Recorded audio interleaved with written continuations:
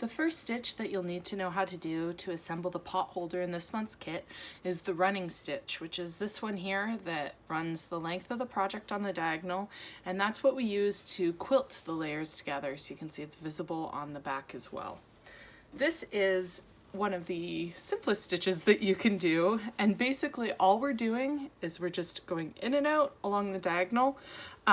Before we get to that, I'll show that I've got the orange layer on the bottom, the insulating layer in between, and I've got the metallic side facing the orange layer.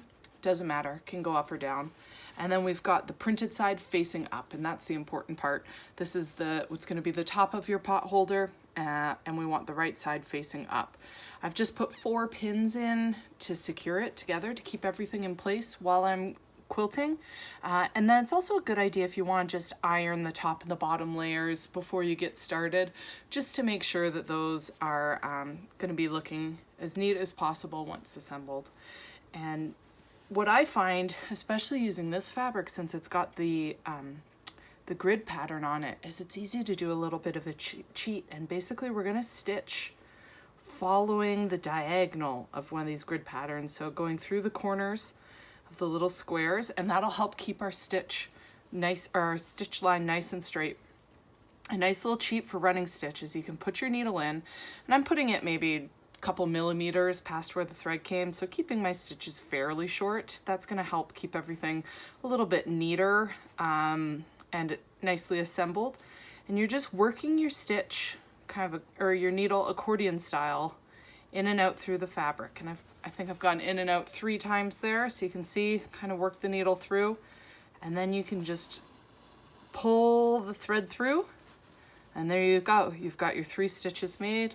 They go through the back, and you can just repeat that, working your way along the fabric, keeping on the same line. When it comes time to do the next line, what I did for mine was I just counted 7 boxes over on the grid pattern, and then did the same thing and worked in the diagonal along, and that keeps the line straight and evenly spaced. The next step is going to be assembling the bias tape, which is acting as a binding around the edge of the finished product. So basically we're going to be attaching this here. Bias tape is called that because it's cut on the bias, which means it's cut, not sure if you can see the grain there, but the grain runs at a 45-degree angle to the cut line. So it's basically cut on an angle. This gives the bias tape a little bit of flexibility, and so it's often used in binding and works well if you're trying to go around curved edges. Bias tape basically has 3 folds. So you've got this center fold, a left and a right fold. And you can see that when it's all close together, one side is very slightly thinner than the other. And so what we're going to do is we're basically going to open the bias tape on the center fold and position that against our fabric. So you may find it, I tend to not pin at this stage, but you may find it easier to secure the bias tape with a few pins when you're getting started. And so what we're going to do is we're only going to sew one side at a time. So we're going to start sewing the front, and then we'll turn it over and sew the back afterwards. So in this case, we're just sewing the front. What I've done is I've gotten this started, so I've got the knot on the back of the fabric and the thread coming up through the front. And what we're going to do is we're going to hold the bias tape so that the center fold is against the edge of your fabric, and we're going to just kind of tick through and just catch the very edge of that bias tape. Then you're going to go back down through the fabric, and I just go through the top layer of the fabric, not all the way through to the bottom, and you're going to come back up, I don't know, about 1 centimeter away. Oops, there we go. And so pull that all the way through, and you're going to do the same thing where you just kind of come up and just tick the edge and back down through, up 1 centimeter away, and just come up and just tick through that edge of bias tape. And you're going to continue along the way, all the way along right to the very edge, but don't cut your bias tape when you get to the edge. I'll show you how to manage the corners next.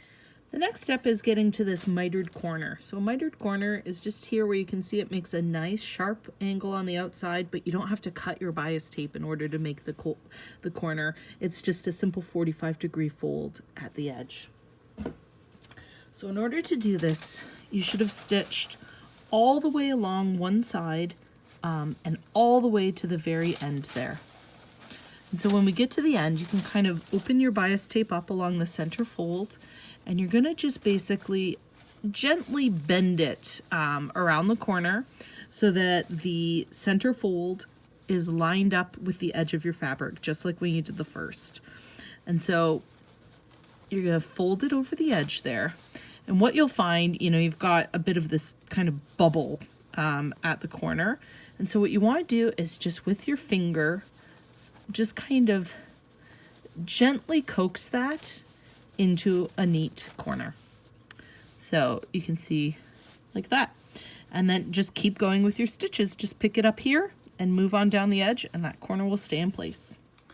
So you're going to keep stitching all the way around the edge, mitering all the corners, and do that on the front. And then you basically just do the same thing all the way around the edge on the back. And you're going to be left at the end with this little tail. And so you want to leave that. Don't cut that off, because we're going to use that to make our loop so that we can have something to hang the pot holder with. So it should be secured all the way to the end on both the front and the back. We're going to open up the bias tape and just fold down, I guess that's about 1/4 of an inch or so, fold down the end and fold it back closed, right? So now you've got this closed folded end. That just keeps the ends nice and neat. We're gonna then fold this in half so that it lines up with your stitched edge here of the binding. And then you're just gonna secure that the way you did the binding, and just put your stitches a little bit closer together. But there you go, that's the last step. You've got your very own chemistry themed pot holder.